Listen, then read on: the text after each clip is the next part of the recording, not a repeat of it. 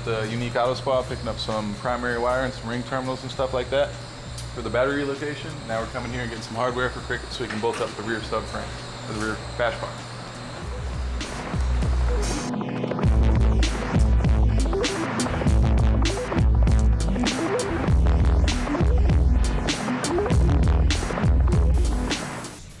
First piece of what we're doing is we're going to wire up the smaller cable for the battery and the starter and alternator leads coming from the battery kill switch. We have our primary wire to go from the front of the back of the car to the battery kill switch so we can get all the power distributed where we need to.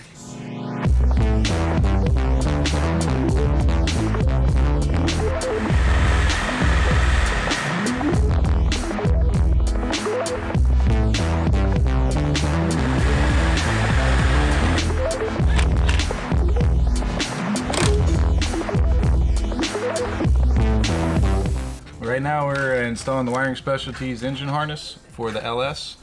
A lot of people try to make their own DIY harnesses and different things like that when they get to doing all the wiring for their car. So Wiring Specialties makes it easy to make pre-made harnesses, whether it be for a plug-and-play application or just something for a standalone harness like we're doing with this car. And it makes everything that much easier because all your sensors and everything are labeled. There's no confusion. Everything's already loomed and you know exactly where to hook everything up. I am finishing the welding on these plates, and then I'm going to plate in the other ones on top of this to build my fuel cell cradle. Alright, so what I'm doing now is I got the car perfectly level, and I have the boxing perfectly level. It's right set at 90, and there is a little bit of a gap between up here and down there. So I'm going to take my little trusty Sharpie here, and I draw a line on this steel, and since there's a gap at the top, the line will actually disappear. So what I'm going to do, see how it's thick there and skinny there?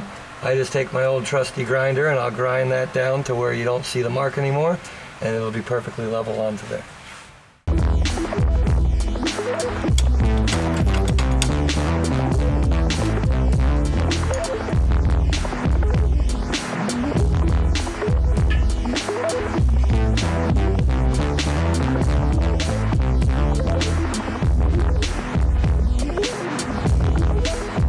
I just finished this up. I'm going to finish weld the rest of this into the plates, and then I'm going to wait for Chris to get back from the store so we can talk about the location for the rest of the stuff back here.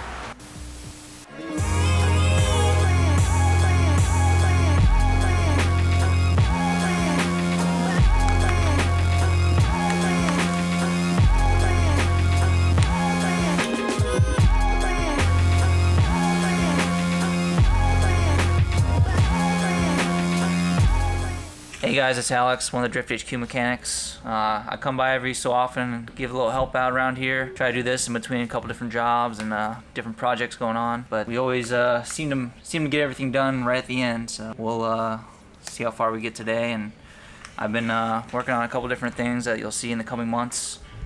Working on getting some of these other cars like the orange one out there, the little 2016 Mustang as well. Different projects and different times, but we'll get Alex going first.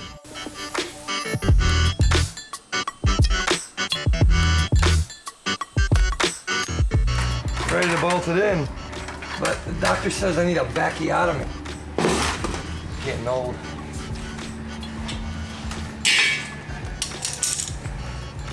Self-made fabrication, babe.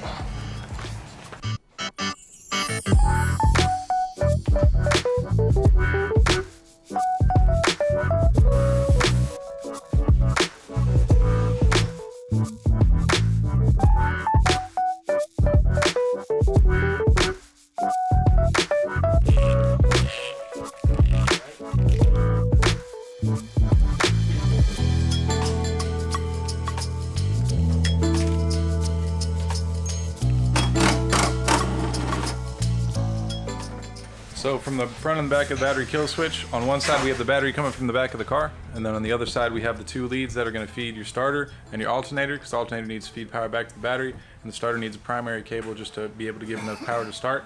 And then we also have the output for the arc panel, which gives power to the whole chassis harness. For bending pipe, need a 14-inch socket.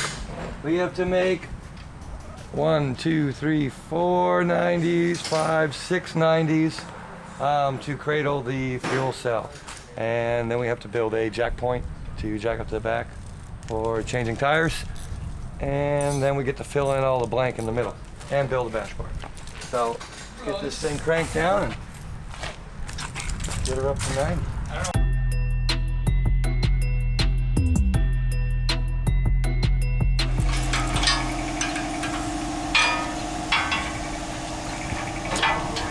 And I usually take this all the way off. It's not the most user-friendly bender, but it gets a really straight bend. It has a really tight radius, and it explains all the different offsets for you. So when I put it right to here, from this outer point to the first start of the bend over here, on this one it will have a 5 3/16 offset from the start of this to the actual start of where it bends. And then there's a 4.5 inch difference between where the bend is from start of the 90 to the end of the 90. So that gives you 9 3/16 difference between the start and the end. I only need 10. There's 3 inches extra on that, so for the fuel cell on there, it'll give me 2.5 inches of clearance from the bottom. So he can run over anything he wants to, and it won't get anywhere near that fuel cell.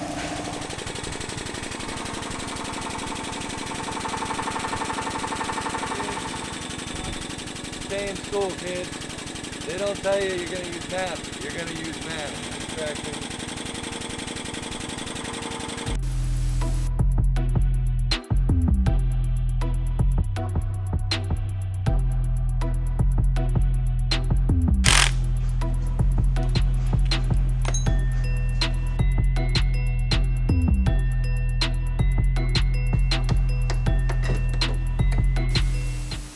I'm eating. I'm enjoying my chocolate. But right now we need to make sure that it's gonna fit, because we're gonna enclose all this in, cut this out, and put the radiator on top of the fuel cell. Yeah, we're going on this one. Well, So I'm trying to figure out which radiator is gonna fit in here. What's the rest of it? That's the question. All right. Well, ideally we want our radiator to only be as wide as the opening of the inside of our bash bar, because we're going to make bars that go from here to there. I think the 30 inch. Yeah. Check between these two. 30. Yeah. So if you go 30 inches wide, that's fine, because we're going to build a bar that goes from here to there. Remember, for the extra reinforcement? I guess we're going to have to weld everything in, so it makes it even easier to trick. This is 27.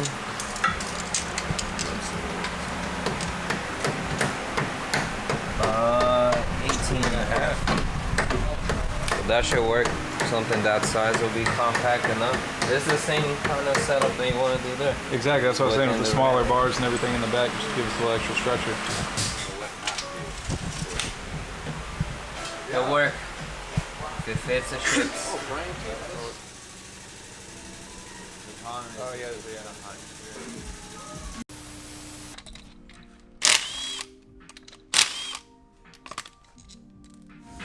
So another thing that's cool about these wiring specialties harnesses is that they're labeled specifically for all your injector and coil numbers.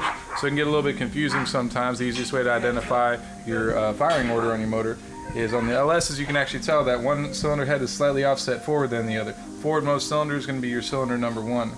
So you base all that off. So it's 1, 2, 3, 4, 5, 6, 7, 8.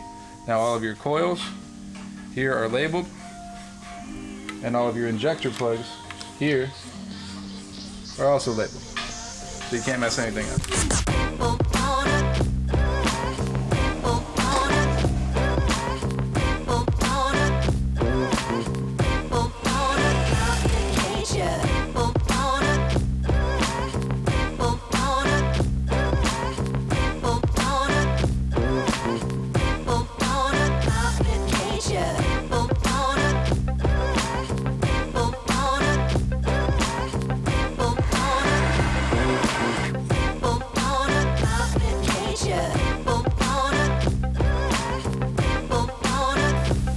It's after 5, so we popped these bad boys.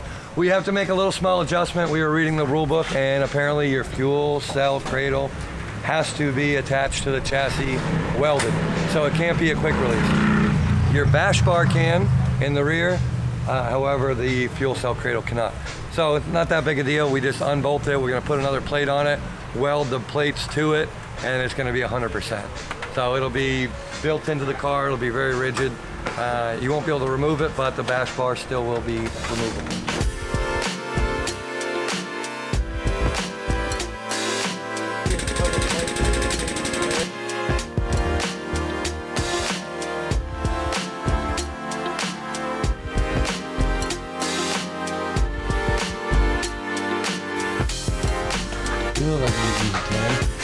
You look like hurt.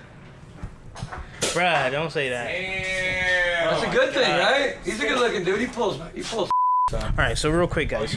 Yeah, I'm the one editing the videos, but I'll turn the camera around in a second so you don't have to see my ugly face. But anyways, yeah, we normally don't have, you know, the fabrication go on here at this this shop, because we have another shop down the street that has 3 bays dedicated to just fabrication and stuff like that. But due to a time crunch in, you know, getting this car done for the season, we have to have, you know, both our mechanic and the fabricator work on the car at the same time. So let's just have Josh talk to you guys in detail about why, you know, we're doing this right now. So usually I fabricate in a different location. Drift HQ has a shop right down the road that I work in. I'm too dirty. I send dust everywhere, smoke, I light fires. It's pretty cool. So they don't want any of that happening in this shop because it's all, you know, just mechanics wise doing stuff here. My shop, I usually get really dirty. As I said, I light fires and stuff, but all of my equipment is always inside. Everything, every car when it's worked on is stored inside in a locked facility. I have a specific bay dedicated to each car that is there. So right now we're working outside just so it allows Chris to be able to work on the front of the car while I'm working on the rear. And then when he needs to go and do his wiring and hoses and stuff in the rear, I can move up to the front to do the bash bar and front tube chassis.